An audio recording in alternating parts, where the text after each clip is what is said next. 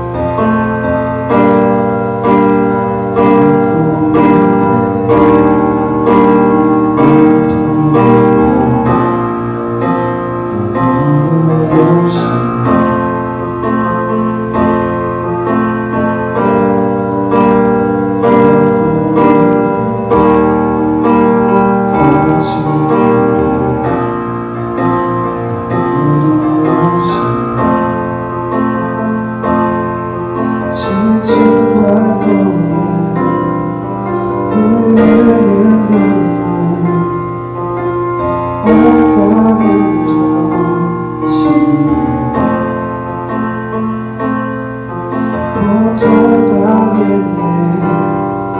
피 흘리신 주 헤아릴 수 없는 그 사랑. 십자가 내 죄 사했네. 날 대신하신 한없는 사랑. 어린 양 다시 사셨네. 피로 놀라운 그 사랑. 십자가 내 죄 사했네. 날 대신하신 한없는 사랑. 어린 양 다시 사셨네. 크고 놀라운 그 사랑.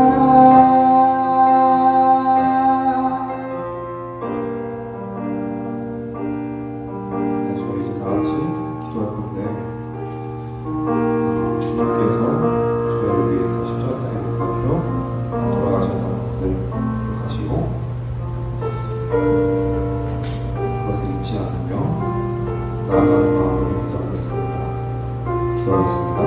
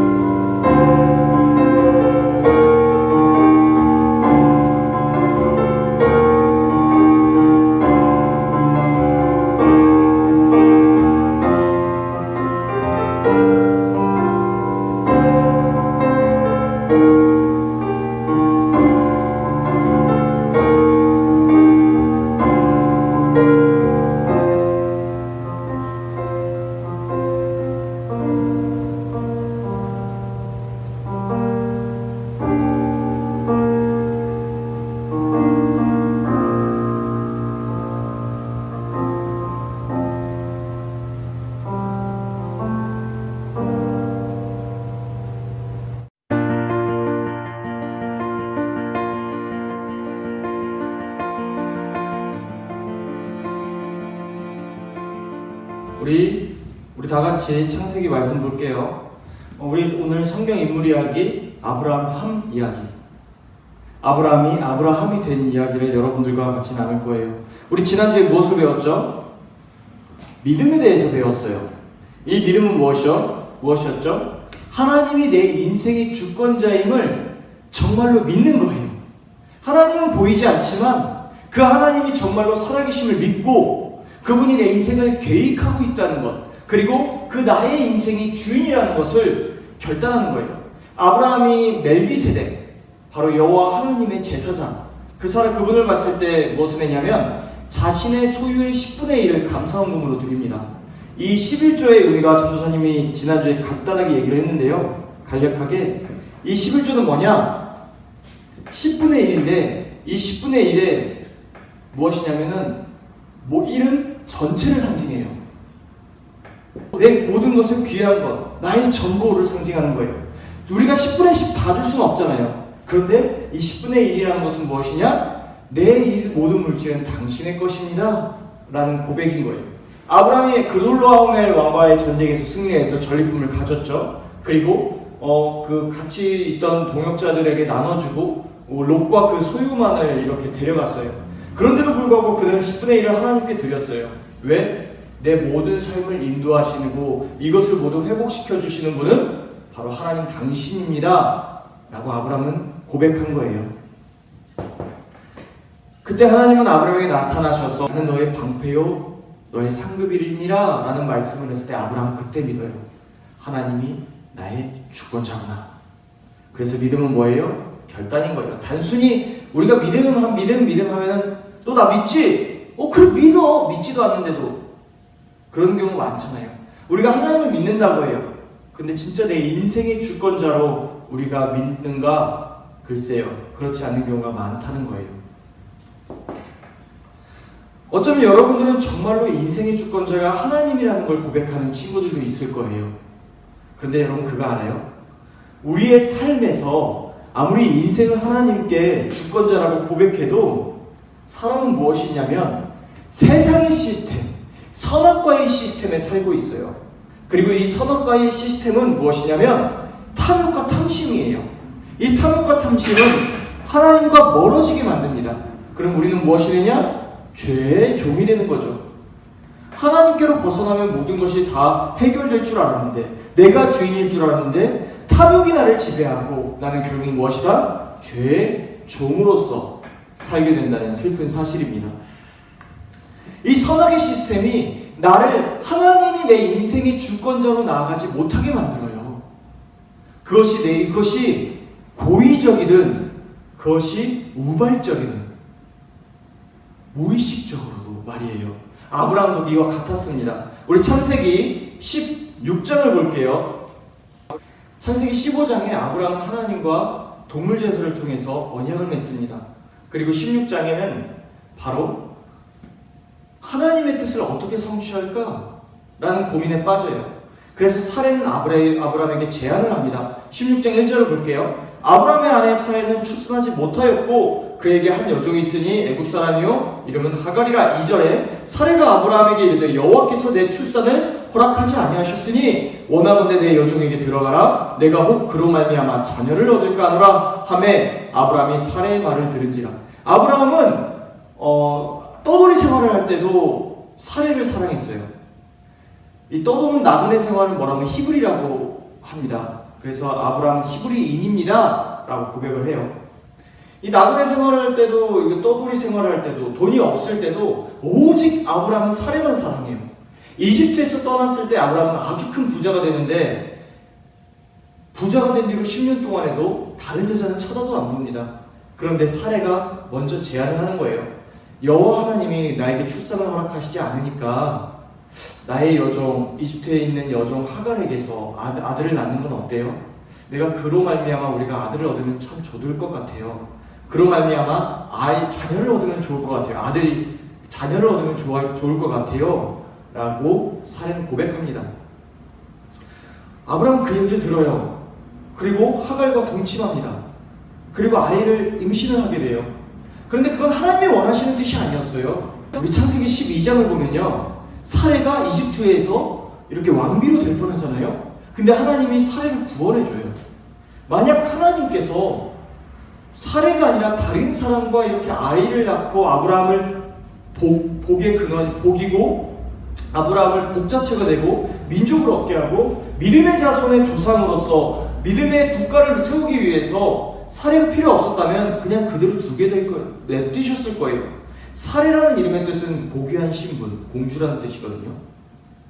파라오의 왕비가 된다. 어쩌면 아브라함보다 더욱더 많은 값진 것을 얻을 수도 있었어요. 오히려 아브라함의 떠도는 인생보다는 이집트와 파라오의 왕비로서 행복한 삶을 그는 살 수도 있었겠죠. 그런데 하나님은 어떡합니까? 사례를 그곳에서 구원해냅니다. 하나님은 사례를 통하여 아이를 낳게 하고 싶으셨어요. 왜 사례냐? 전도사님이 하나님이 사람을 쓰는 방법에 대해서 이야기를 할게요. 하나님은 가장 내가 부족하다, 가장 내가 연약하다, 세상의 눈에 보기에는 미천하고 연약하고 약한 자를 들어 쓰세요. 왜? 세상에 문벌 좋고 지혜로운 사람을 자기가 지혜롭다고 하며 세상을 자신의 주인이라고 여기는 사람들을 부끄럽게 하기 위해서예요. 하나님의 살아계심을 증명하는 방법은 세상에 미천하고 가난하고 연약한 사람을 세워서 하나님의 사람으로 만들어서 그를 올리시는 방법입니다. 그래서 우리 신앙인들은 어떻게 해야 되냐면 겸손해야 돼요. 겸손해야 합니다. 자, 더 들어갈게요. 죽은 자와 같았던 사례. 이미 부림은 육체적으로는 이미 끝난 거예요. 죽은 거나 마찬가지예요. 그런데 그가 다시 생명을 다시 잉태하면 그 죽음과 같은 육체가 어떻게 되냐? 다시 새로운 생명을 얻는 거거든요. 새로운 생명을 얻는다는 것은 하나님의 믿음으로 말미암아 그의 자손과 후손이 이어지는 거예요. 세상의 기준이 아니라 믿음의 기준으로 세상을 사랑하는 자들을 하나님은 보여주고 싶으셨던 거죠. 그래서 안타깝게도 아브라함은 하나님의 시간을 기다리지 않습니다. 하나님께 묻거나 하지 않습니다. 사람의 말을 듣습니다. 아직 그는 하나님이 인생의 주권자라는 것을 정말로 마음에 그리고 실제적으로 행동하기에는 아직 그 마음에 자기 자신이 너무 많았어요. 자, 더 들어갈게요. 아브라함은 사례의 이야기를 듣고 결국에는 자기의 여종 하갈이 임신하죠. 근데 하갈도 선악의 시스템을 누린 사람이에요. 자신의 아브라함이 10년간 있으면서 부자였던 것을 경험한 사람이에요. 그리고 자신의 뱃속의 아이가, 아브라함은 자손이 없으니까 이 뱃속의 아이가 아브라함의 모든 소유를 물려받을 거라고 생각을 해서 자신의 여주인 사례를 멸시합니다. 사례는 너무 속이 상했어요. 그래서 그를 학대하고 쫓아냈어요. 어찌 보면 이 모든 사건들은 하나님의 때를 기다리지 않는 아브라함과 사례의 실수예요. 허물이에요. 근데 하나님은 놀라운 일을 우리에게 말씀하십니다. 바로 하갈에게 찾아가세요. 그리고 하갈에게 뱃속에 있는 아이에게 그 아이를 이스마엘이라고 해라. 이스마엘의 뜻은 하나님께서 너의 고통을 들으셨다. 하나님께서 너의 소리를 들으셨다. 네 고통과 탄식을 하나님이 들으셨다. 아브라함의 실수라는 표현이 어쩌면 나쁜 표현이지만 실수로 인해서 낳은 자식임에도 불구하고 하나님은 어떡합니까? 찾아가시는 거예요. 하나님은 언제나 우리의 실수를 선으로 바꾸시기 위해 애쓰시는 분이에요. 그래서 전능한 분입니다. 하나님은 전능하신 분이에요. 그 말은 놀랍니다. 그리고 천사는 말합니다. 네 여주인에게로 돌아가라. 쉽지 않은 결단이었을 거예요. 그런데 하갈은 고백합니다. 우리 13절을 볼게요. 하갈이 자기에게 이르신 여호와의 이름을 나를 살피시는 하나님이라 하였으니 이는 내가 어떻게 여기서 나를 살피시는 하나님을 배웠는고 함이라. 이 뜻은 이거예요. 지금까지 나를 돌보시는 하나님을 내가 여기서 만났구나. 그 고백인 거예요. 하갈은 하나님을 예배해요. 자신의 주인을 멸시하고 자신의 주인보다 높아지려고 했던 하갈은 이제 자신을 복종시키기 위해서 자신의 여주인에게로 돌아갑니다. 하갈은 하나님을 소망하기 시작하는 거예요. 우리 하나님은 그래서 멋있어요. 비록 아브라함이 하나님의 뜻에 벗어났지만 그걸 그대로 방치하는 것이 아니라 어떻게든 그 실수를 돌이키기 위해서 하나님은 인도하시는 거예요. 그리고 이스마엘에게도 축복합니다. 우리 창세기 10절을 볼게요. 16장 10절. 여호와의 사자가 또 그에게 이르시되 내가 내 씨를 크게 번성하여 그 수가 많아 셀 수 없게 하리라. 이스마엘이 또 수많은 민족의 왕이 됩니다. 그렇게 하나님은 약속하신 거예요. 참 대단하지 않으세요? 그리고 16절에 성경은 기록합니다. 하갈이 아브라함에게 이스마엘이 나왔을 때 아브라함이 86세였더라. 아브라함은 실수했어요. 그는 인생의 주권자가 하나님이라고 고백했지만 실제로 뭐였어요? 하나님과 같이 걷는 것이 아니라 하나님 이쪽으로 가야 돼요. 아니 하나님 왼쪽으로 가야 한다니까요. 하나님 오른쪽으로 가야 돼요. 아니 난 직진으로 가야 되는데 아이 좀 왼쪽으로 한번 보시자니까요. 하나님 나랑 같이 가시려면 이건 또 보셔야 돼요. 이런 거예요. 우리하고 똑같은 거죠. 우리의 삶에서 여러분들의 인생에서 하나님 이렇게만 해줘야 된다잖아요. 하나님 내 소원 들어주신다고 했잖아요. 하나님 이거 빨리 들어줘야 되잖아요. 근데 하나님은 더 좋은 것을 주고 싶어 하시는데 그래야 내가 정말로 아브라함이 되는데 참으로 안타깝죠. 우리 인간은 그래서 내 인생의 주인이 누구인가 여기에 있는 싸움을 평생 합니다. 언제까지? 죽을 때까지. 나중에 죽을 때 열매로 알아요. 아니 죽을 때가 아니라 내가 살아가면서 열매로 알아요. 내가 포기한 만큼, 내가 내려놓는 만큼 하나님이 내 안에서 역사합니다. 내가 내려놓은 만큼 하나님이 나의 주권자가 되시고 주인이 되셔서 나를 인도해 주십니다. 이렇게 내 인생은 누리게 됩니다. 우리 창세기 17장을 볼게요. 여러분, 하나님이 사람을 사용하시는데 가장 훌륭한 도구가 뭐냐면 환난이에요. 이 환난은 사람마다 달라요. 어떤 사람에게는 그냥 눈으로 보기에는 이 사람은 엄청나게 큰 환난을 경험해요. 예를 들면 뭐 집이 무너진다든지, 형제가 이제 세상을 떠난다든지, 아니면은 뭐 사랑하는 사람을 잃는다든지, 뭐 재산이 잃게 된다든지, 뭐 이런 것들이 환난이 되겠죠. 어쩌면 이건 죄의 영향력 때문에 생겨난 걸 수도 있어요. 그런데 하나님은 오히려 이 환난을 선으로 바꾸십니다. 우리는 이 환난을 통해서 인내를 배워요.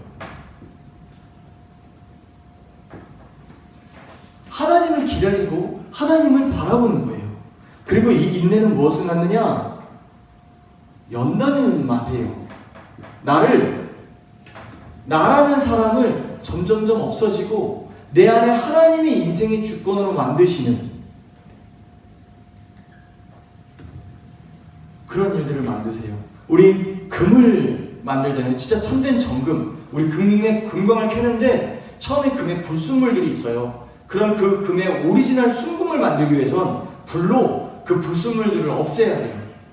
우리 인생도 똑같은 거예요. 환난이라는 불을 통해서 우리가 그것을 오래 참고 견디면 무엇이 되냐? 나를 정금이 되는 거예요. 우리 이런 찬양 있잖아요.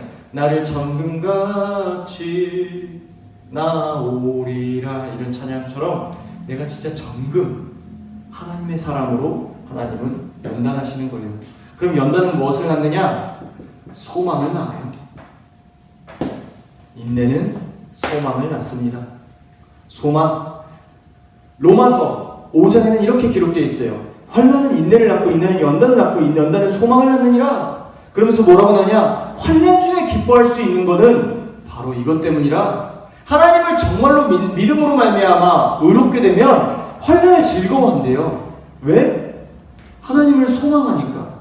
우리의 이 환난의 인생 가운데에서 남들이 보기에는 고통스럽고 연약한 삶의 인생이라 할지라도 우리는 뭐가 있어요? 하나님이 계시니까, 승리할 수 있다는 확신을 가지니까 그 어디나 하늘나라로 살아갈 수 있는 거예요.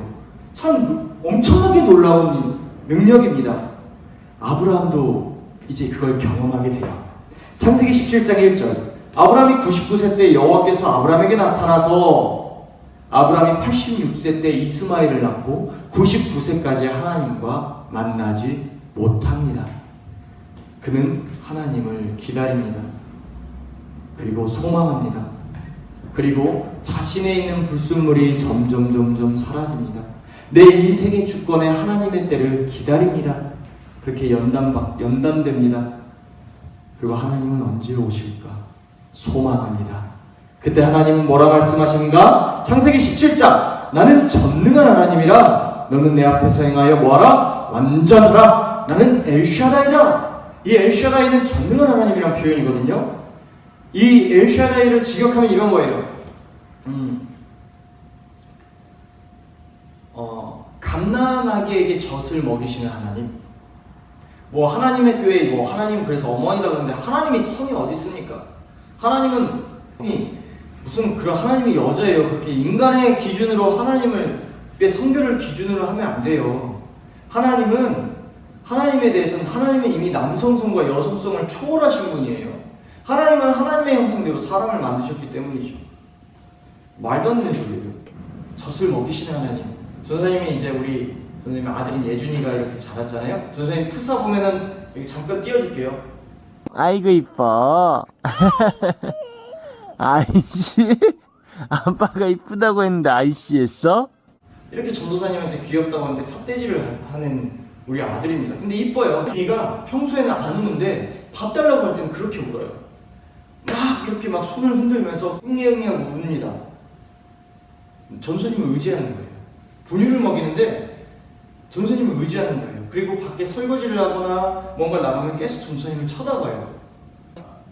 그 아이는 전도사님이 있어야 산다는 것을 깨닫는 거예요. 아브라함에게도 마찬가지예요. 나는 너의 하나님이다. 너는 나 없으면 안 된다. 너는 나의 꼴을 먹어야 된다. 너는 나의 인도하심을 받아야 된다. 너는 내 앞에 행하여 완전하라. 너는 나와 함께 같이 길을 걷자. 너의 인생의 목표와 계획과 모든 것을 나 하나님 앞에 두고 이제 인생을 살아가자 라고 하나님은 아브라함에게 말씀하시는 거예요. 이 전능한 하나님, 그 하나님이 이제 아브라함에게 나타납니다. 때가 된 거예요. 아브라함이 될 때까지의 긴 인내와 연단의 시간을 통해서 하나님의 침묵 속에서 그는 잠잠히 기다리다 결국 자신을 내려놓았을 때 하나님이 임재하신 겁니다. 하나님이 임재한 거예요.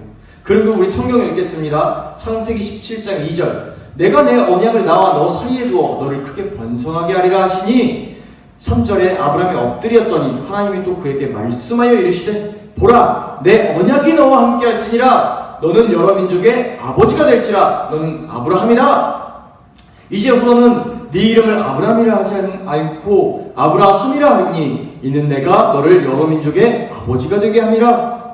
내가 너를 심히 번성하게 하리니 내가 내게서 민족들이 나게 하며 왕들이 내게로부터 나오리라. 내가 내 언약을 나와 너와 및 대대 후손 사이에 세워서 영원한 언약을 삼고 너와 내 후손의 하나님이 되리라. 내가 너와 내 후손에게 내가 거류하는 이 땅 곧 가나안 땅을 주어 영원한 기업이 되게 하고 나는 그들의 하나님이 되리라. 9절에 하나님이 또 아브라함에게 이르시되 그런즉 너는 내 언약을 지키고 내 후손도 대대로 지키라. 아멘. 하나님의 목적이 드디어 성취됩니다. 네가 이제 아브라함이다. 민족의 조상은 바로 너다. 아브라함. 하나님은 그렇게 아브라함을 택하여 쓰신 겁니다. 전능하신 하나님. 여러분의 전능함의 기준은 무엇일까요? 전도사님은 전능함의 기준은 하나님이 우리를 성결하게 만드시는 것이라고 생각합니다. 하나님의 형상으로 하나님의 모습으로 닮아가도록 그분은 진짜 땀을 뻘뻘 흘리면서 애를 쓰세요. 참 신기하잖아요. 인간은 오해하지 말고 들으세요. 하나님의 말씀을 거역할 수 있는 자유가 있습니다. 하나님의 뜻이 아니라 내 마음대로 살 수 있는, 죄를 순종할 수 있는 권리가 있습니다.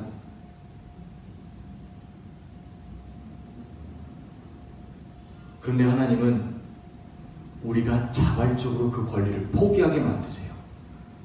그래서 하나님은 전능하다고 전도사님은 생각합니다. 그러나 성경은 이렇습니다.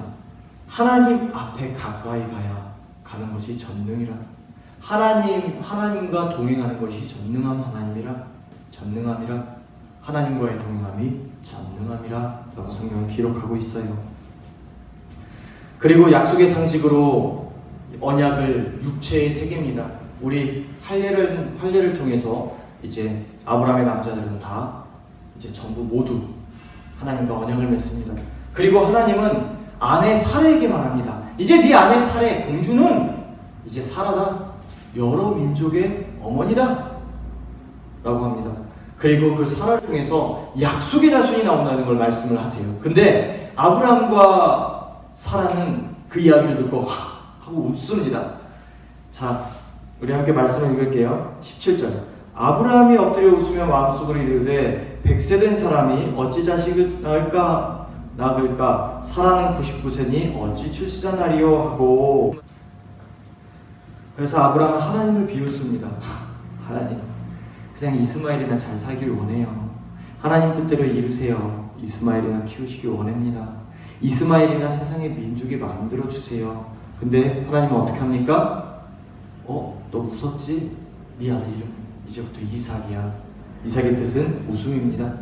그렇게 하나님은 사람의 비웃음을 세상의 웃음으로 변화시켜 줍니다.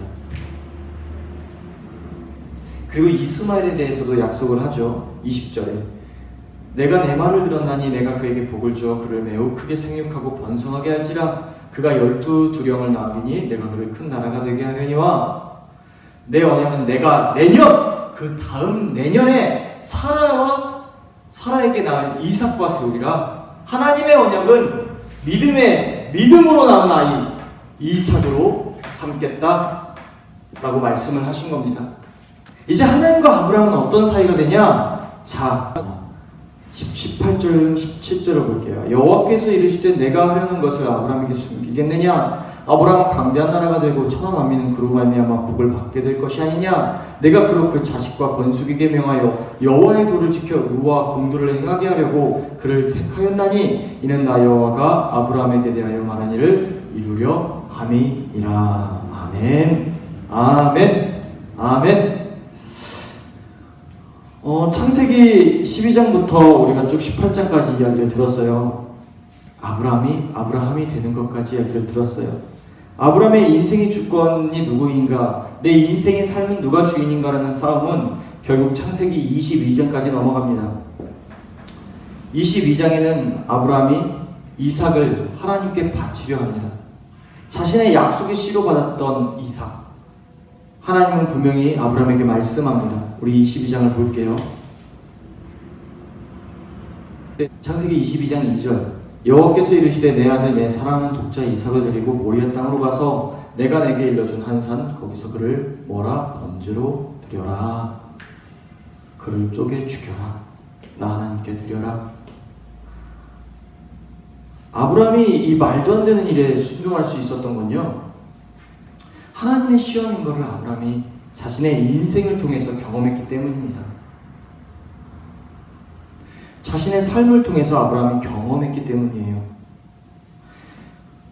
우리 분명히 창세기 18장에 이삭을 통해서 많은 민족을 세우고 의와 공도로 하나님은 이끌어 가실 거라고 했어요. 하나님의 약속이 바로 이삭이에요. 아브라함은 죽은 것과 같은 자기 자신이 결국엔 아이를 낳고 죽은 것과 같은 사례가 경수가 끊어지고 생리가 끊어져서 아이를 낳을 수 없는 사례가 아이를 낳은 것처럼 하나님께서 이삭을 살리실 거라고 믿었어요. 분명히 이삭을 살릴 것을 믿었어요. 근데 뭐라고 하냐? 우리 창세기 22장 5절을 봅니다. 이에 아브라함이 종들에게 이르되 너희는 나귀와 함께 여기서 기다리라. 내가 아이와 함께 저기 가서 예배하고 우리가 너희에게로 돌아오리라 하고. 우리가 너희에게 돌아오겠다. 내가 이삭을 데리고 돌아오겠다. 과연 아브라함이에요. 우리가 환난이 인내를 낳고 인내가 연단했고 소망을 낳을 수 있는 것은 믿음으로 의롭다고 여겼던 그 고백. 내 인생의 주권자가 하나님입니다. 내 삶을 모든 것을 인도하시는 건 하나님입니다. 나는 이 믿음의 고백과 결단과 그렇게 사는 인생의 여정이 있어야 이게 가능한 거예요. 누가 미쳤다고 자기 자식을 죽입니까? 그리고 이것은 하나님의 뜻에도 맞는 게 아니에요. 그런데 아브라함은 하나님을 알아요. 하나님도 아브라함을 알아요. 그리고 이삭을 번제로 드리려고 해요. 아브라함은 이삭을 번제로 드림으로써 하나님의 뜻을 성취하려고 합니다. 자, 그런데 하나님은 그것을 막고요. 12절에 거기서 뭘 배우냐? 경외함을 배웁니다. 우린 이렇게 가야 돼요. 성결함은요, 하나님을 경외함이에요. 성결함은 거룩은 구분됨이거든요. 하나님을 경외할 때 가능한 거예요. 내 모든 삶, 내가 가장 사랑하는 모든 것, 내 인생의 가치의 주인인 모든 것을 하나님께 내려놓을 때 무엇을 하냐? 하나님을 경외할 줄 아는 거예요. 그때 하나님이 어떤 분인지 정확히 알아요. 그때 하나님께서 우리를 위하여 준비해 주신다는 걸 알아요. 자, 볼게요. 창세기 22장 10절에서 우리 14절까지 읽을게요. 손을 내밀어 칼을 잡고 아들을 잡으려 하니 여호와의 사자가 하늘에서부터 그를 불러 이르시되 아브라함아 아브라함아 하시는지라. 아브라함이 이르되 내가 여기 있나이다 하매 사자가 이르시되 그 아이에게 내 손을 대지 말아라. 그에게 아무 일도 하지 말아라. 내가 내 아들 내 독자까지 내게 아끼지 아니하였으니 내가 이제야 내가 하나님을 경외하는 줄 아노라. 아브라함이 눈을 들어 살펴본즉 한 순양이 뒤에 있는데 뿔이 수풀에 걸려 있는지라. 아브라함이 가서 그 순양을 가져다가 아들을 대신하여 번제로 드렸더라. 아브라함이 그 땅의 이름을 여호와 이레라 하였으므로 오늘날까지 사람들이 이르기를 여호와의 산에서 준비되리라 하더라. 아멘. 하나님이 모든 계획에서 우리를 이끌어 가신다. 여호와 이레. 여러분들은 그런 고백하길 바랍니다.